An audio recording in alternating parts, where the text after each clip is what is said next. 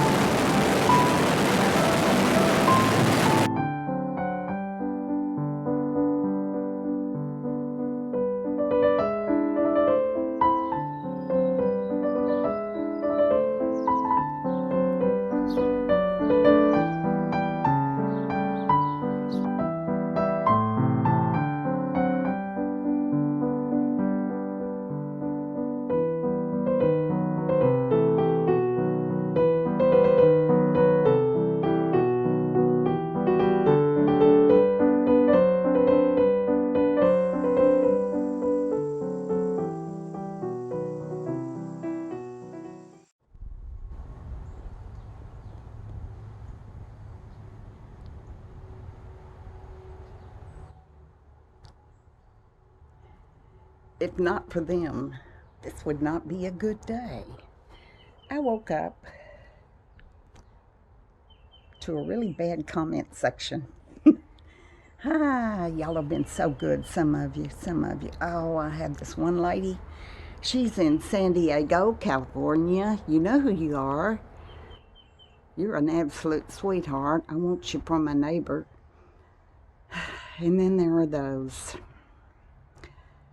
There are those who think their minimalist lifestyle is the only way to go in this world.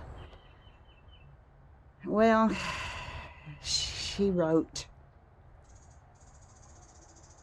"What a shame." Now, I don't have it in front of me, so I'm just going to give you the gist of it. What a shame that all that money has gone into all that junk in your house instead of making it more comfortable to live in.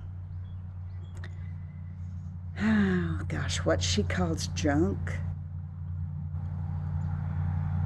Wow. I call treasures.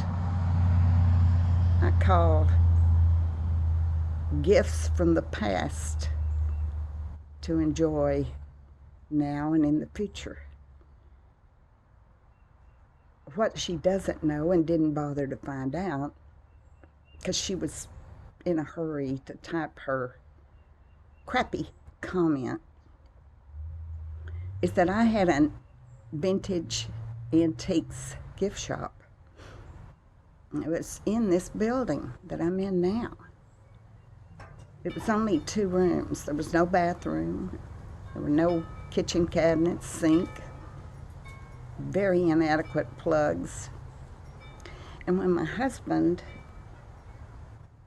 was diagnosed with Alzheimer's, ma'am, I had someone come out and build a bathroom and put some electrical plugs in the house, do some new plumbing, put a partial wall in the living room so that we could have a bedroom and a living room. We moved my husband in here in May of 2018. He lived in it for 6 months and then he died.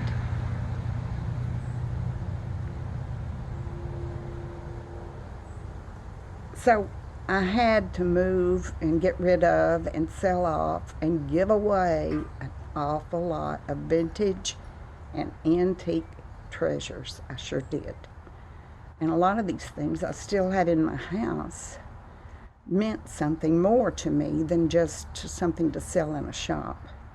A lot were gifts from ancestors. A lot were gifts from my children for Mother's Day or Christmas or my birthday. I don't have a generic house. I think probably the lady that wrote her mean comment did. She likes to live in a sterile environment.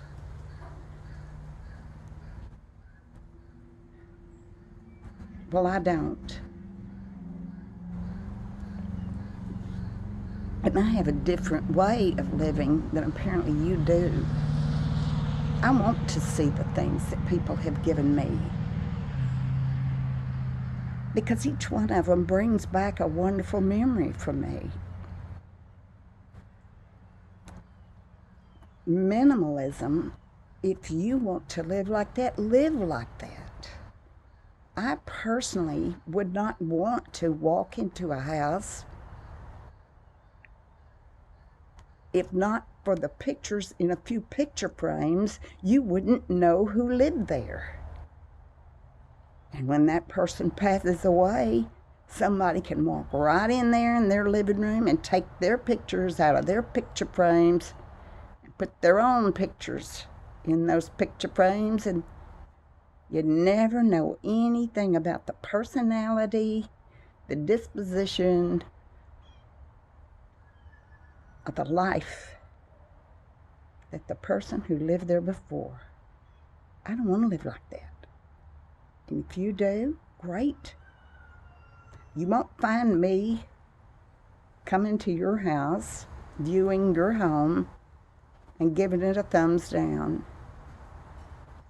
because that's the way you want to live. And it's not the way I want to live, and I'm not going to. I don't like sterile environments. That's a hospital setting, in my opinion. And I want people to come into my house after I die and say, wow,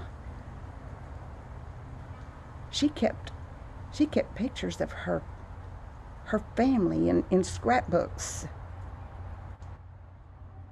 Look at these beautiful things that were gifts that she loved to see, loved to pick up, loved to move around and decorate a little bit different.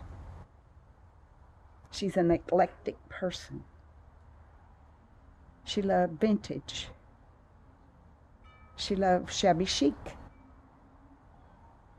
She had a life, and it shows with what is within her walls. It shows. It may be chaotic to some, but to her, it was grand. Do you feel better about your comment now that you know I have all this stuff in here because I had to put it somewhere? I couldn't give it all away. I gave a majority of it away, but this is where my husband lived out the last of his days. And I'm going to keep my memories. And you keep your minimalist, sterile, boring environment. You be you, and let me be me. Have a good day.